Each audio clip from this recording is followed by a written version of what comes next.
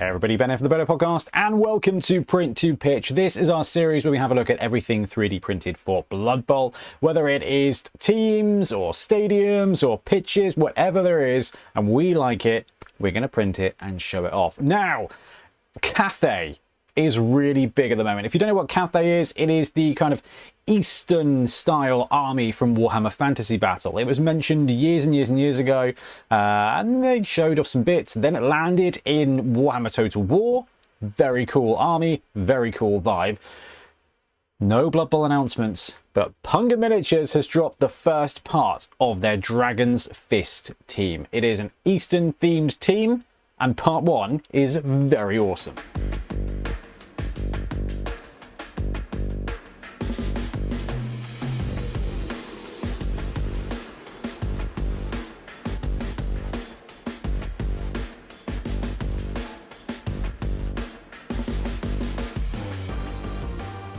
Okay, so part one of the Dragon's Fists, let's show off the team because I absolutely love this. So I've never been much of a fan of the Cathay vibe. So when I say it's Eastern themed, it is kind of like, it harkens back to kind of the Chinese vibe, like from like the Red Cliff movies and that kind of stuff, like ancient Chinese, where you've got the food dogs and the food dragons and that kind of stuff. They've kind of, Warhammer took that and kind of made it into an army the same way they did with like everything else. Okay, that's just how Warhammer work. Now Punga have built on the Cathay army here, and I've applied that kind of Middle Ages Eastern armor vibe to this whole thing. So it's really difficult because I don't know a lot about Eastern culture, not really. So I don't know what's Japanese, what's Chinese. I don't really know. I've never really paid attention to it. So all of this for me is Cathayan, which is quite interesting because I know where the inspirations come from, but like I don't know what's what, and I don't want to have another incident where you guys tell me off for not knowing the difference between the Mayans, the Aztecs, the Incans, and that kind of stuff. But I'm going to bring up samurais here because, come on, The Last Samurai, what a film. Tom Cruise, actually doing a good job. Ken Watanabe, fantastic. Wonderful film. The way the armor is kind of built for this team, it's got that kind of hard-pressed leather, and the way it overlaps, it's not quite lamellar, but the way it kind of, each plate kind of overlaps, it does remind me of like the kind of samurai style breastplates and the samurai style like pauldrons and things that they use, which makes kind of sense, as I know that part of that would have been used to inspire Cathay. So this team release, you've got an ogre, whoa, you've got two blockers here, move my face up, these guys, you've got two blitzers, which are these players here. I realise my face is still in the way, so they've got these two blitzers, these two blockers, the bigger guys. Then there are two throwers, and in true Punga fashion, they are the ones with the balls. So if they've got a ball, they're a thrower. And then there's three linemen to round it out. So you may be asking yourself, okay, all right, there's the wicked ogre in the middle. You can't miss the ogre. The ogre is just absolutely outrageous. This is one of my favourite models for this entire year already. And it doesn't even need upscaling, which is fantastic. So what team is this supposed to be? And this is the cool thing about what we see with these third-party teams, is that you take the pieces, and as long as it's clearly defined who is who and what's what, you can kind of use them for anything, which I absolutely love. So if we have a look at the team kind of position by position, we can kind of see, right, one, you've got a big ogre dude. So immediately you're thinking, okay, I need a team that can use an ogre. You do and you don't. So this team's got blockers, it's got blitzers, it's got linemen, it's got throwers. So, I mean, you're looking at nobility perfectly. You're looking at humans with a bit of flex. You're looking at Amazons, to be fair, although you don't get to use the big guy. But step one, you've got a big, gnarly, dragon-masked ogre here with brilliant, giant leather armor. And it's just exquisite. Like, this is a very cool model. It is one of my favorite Blood Bowl models out there, and I'm not big into the kind of Oriental Cathayan vibe, but that is very, very, very cool. So this is one of the linemen, light armored, enough of the shield for you to apply transfers, enough. This is where these teams do such a good job at the moment, is there's detail on there, but they are designed to be painted up really quickly. Now, if you're a pro painter, you can get some nice gradients, you can get some nice freehands and all this kind of stuff that you want on the shields and the texture of the cloth, Ben. But if you're not, you don't have to worry about it, and it paints up really nicely. So this is another one of the linemen, this is another one of the linemen. So 3 linemen, then you've got the thrower with the kicking of the ball, which is fine, and you've got the thrower with the throwing of the ball and the kind of martial arts style pose. Then you've got 2 of these blitzers with a very cool dragon-faced chest plate. I just love it. The detail on the face is exquisite as well. Like, this is, I think that's twice I've used the word exquisite today, because this team is really, really, really something. And that just, yeah, guys, we're on to a winner here. So another blitzer here, and then the same kind of dragon mask on the face. Dragon mask on the breastplate is wicked. Then you've got 2 of these burly guys. Now, they are sized appropriately, that they are bigger than the humans, bigger than the blitzers and stuff like that, but not so big that they look out of place. So actually, this team is lining up really, really, really nicely to be used as Imperial Nobility, which I can see this being one of the best Imperial Nobility teams out there. And you've got the tokens and all this kind of stuff. So this is just going to be part 1. Part 2 will be rounded out, I'm sure, with more pieces. So I would expect to see another couple of blockers, a bunch of linemen. They don't tend to do their star players as part 2 of a team release. They'll tend to drop them as kind of like a 3rd release here. So I wouldn't be surprised if we don't see a couple more blitzers as well, which means this team's going to play out really nicely to be able to be used as humans, as nobility, as Amazons, as all those teams that kind of have primary elements to it instead of like specialized pieces. Really cool. Anyway, I've printed them, but it's an STL based thing, so let's have a look at the STLs first. Okay, so let's have a look at the STLs. So they come pre-supported and they come unsupported. Punga's supports, as ever, are perfectly fine, but they are quite thick. So actually, I tend to pre-support when I want to print this team. When I want to print the Punga teams to begin with, I always kind of do my own supports first, and then chuck in a couple of their supports as well, because sometimes they can be a little bit chunky. Your models will absolutely positively print, but they tend to be a bit of a nuisance to kind of break away. And actually, if there's a whole cluster of them, sometimes you can lose a leg or an arm. And actually, I did print this blitzer off, and I had no problems. It was a bit chunky, as you can see, that the supports are quite hefty. So if you are 3D printing them yourself, you can absolutely use their supported versions.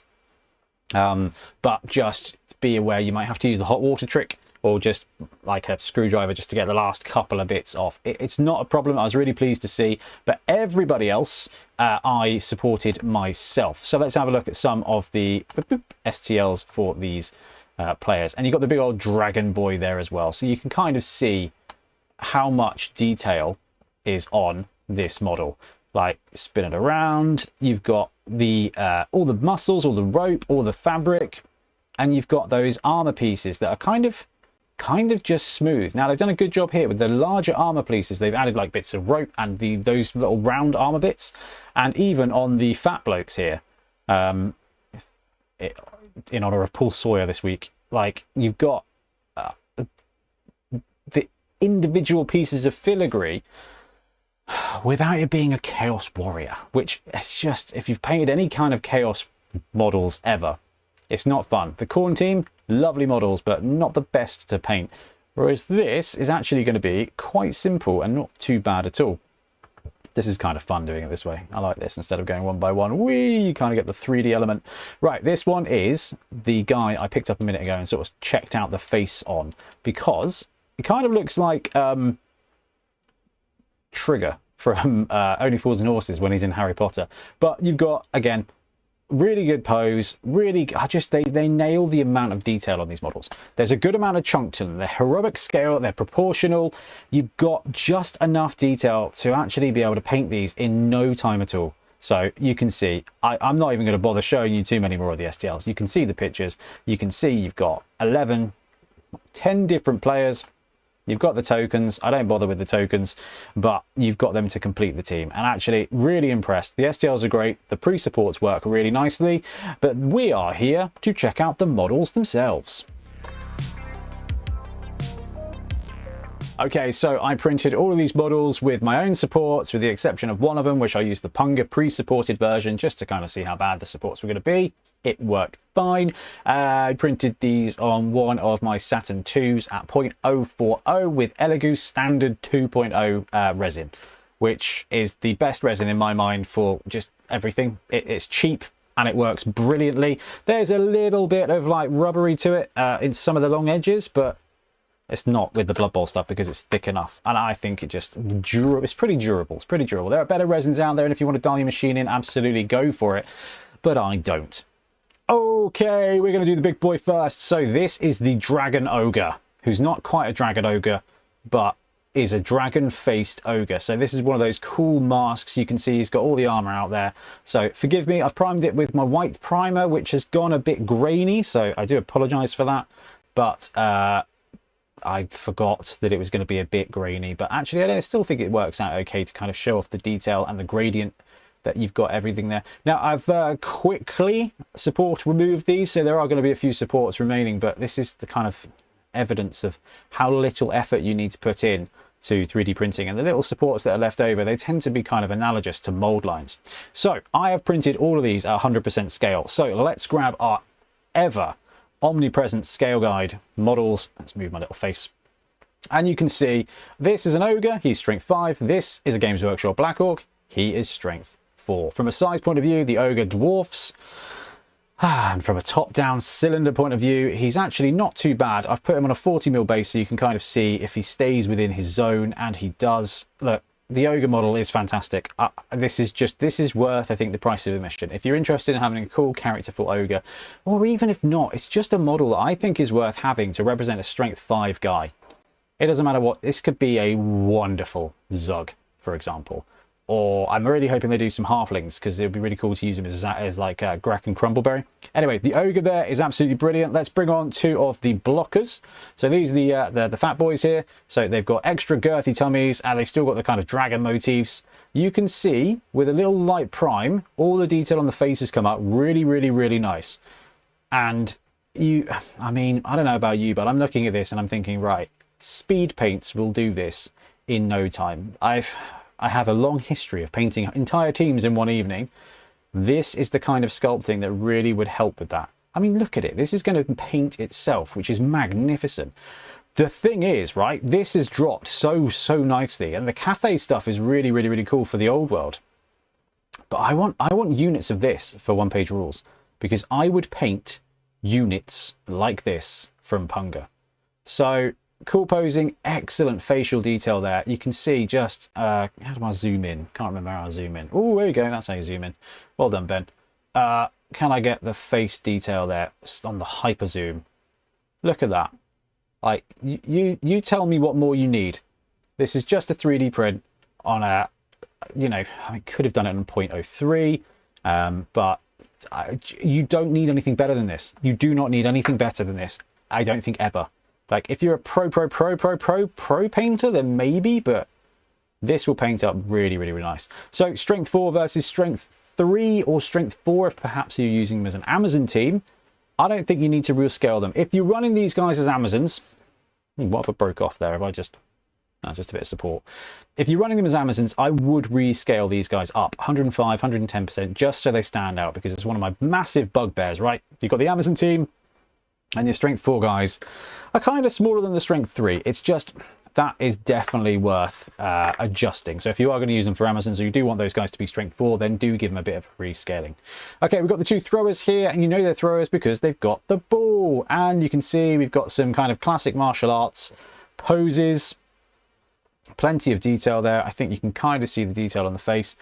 I mean, you can barely see the support marks for these ones, which I appreciate. This is not one of the pre-supports, so it is just a little bit self-congratulatory, but good job, Chitty Box, is all I'll say on that. So good print of that one, good print of this one. Now they've got single point of contact with the bases, but a bit of super glue will take care of that. And it's very cool, right? Ooh, okay, this one, support marks a little bit. We'll need a bit of tidying up, a little bit of filing. But that, look at that. That is absolutely brilliant. You can get some real motion out of these. And the fact their throwers kind of, they nicely stand out. Size-wise, they're strength 3. They're bigger than a goblin. They're smaller than a black orc. They don't look tiny. I've got no issues with the scaling of these guys. They are absolutely perfect. They feel about right. They feel just right for Blood Bowl. Yeah, they've nailed that. I'm actually really impressed with the scaling on all of these guys. You know, the ogre doesn't even need any scaling up. The blockers do if you're using them as strength 4, but that's down to you. So I've got 2 of the same blocker here because one of them is pre-supports and one of them is bend supports. And I don't know if we rotate them, whose is whose there. So whichever way you go, you will need to do a little bit of careful support removal. I did not, but that's not what we're here for. We're here to look at the models. We're not necessarily here to play with supports and stuff like that. So this is one of the blitzers and enhance. Let's see if we can't show off that face quality. Look at that. Absolutely brilliant. That is going to take a little bit of contrast on the face. And by contrast, I mean speed paint, because it's just significantly better, right? Oh, that's just magic. This is... I might have to paint this team. Like, actually paint it with my brush. This is the other blitzers. So here are 2 of the blitzers. Yeah, I think I might have to try this out. Scale-wise, let's compare it to the Black Orc, because scale... absolutely perfect there to be a representative of a strength 3 player. So we've seen the blitzers, we've seen the throwers. Let's have a look at the 3 linemen just for completion's sake. You got the one here with the cool hat and another pretty awkward pose. I mean, yeah, they've got a single point of contact on the base, but it is actually wide enough that Super Glue is going to hold. He's got the Black Widow fighting stance. Again, perfectly. Yeah, that's really good. Oh, this is really good. These are really good. I'm very impressed with this. This is very exciting. And then look at that. I mean, they have done an outrageous job with the face detail here. They've made all the face detail bold enough so that it stands out. And that is printed absolutely beautifully. And the primer has caught that quite nicely so you can see the raised edges. This is magnificent. All right, so the prints have come out nice. The scale is good. I am very, very pleased with these. Okay, and there you have it. The Dragon Fists, I think is what they're called. What's this team called? Come on, Ben. The Dragon's Fists. Part 1. The Cathay team from Punga Miniatures. Going to be a human team. Going to be a really successful hybrid human, OWA, and quite frankly, Amazons. I think if you've got some blockers, you can kind of scale up. They've got a cool, different style to them. And they are just excellently executed. I am super impressed with these models. Hopefully you can get them printed. If you are going to buy them from Etsy or eBay, do your best to buy them from a licensed seller, please. There's a lot of unlicensed sellers out there, which is actually part of why we ended up binning some of the shop, is because we actually paid for a license with Punga and we were undercut massively by people who weren't paying licenses. So support your sculptors, buy from a license, or get the STLs yourselves by backing them on Patreon. Or tribes? Do they have a tribe? I don't know. I don't care. I'll put the links below. Anyway, thanks very much for watching. We'll be back soon with more Blood Bowl content. Happy blocking. I was going to say an F word. That would have been... I'm going to go. Happy blocking.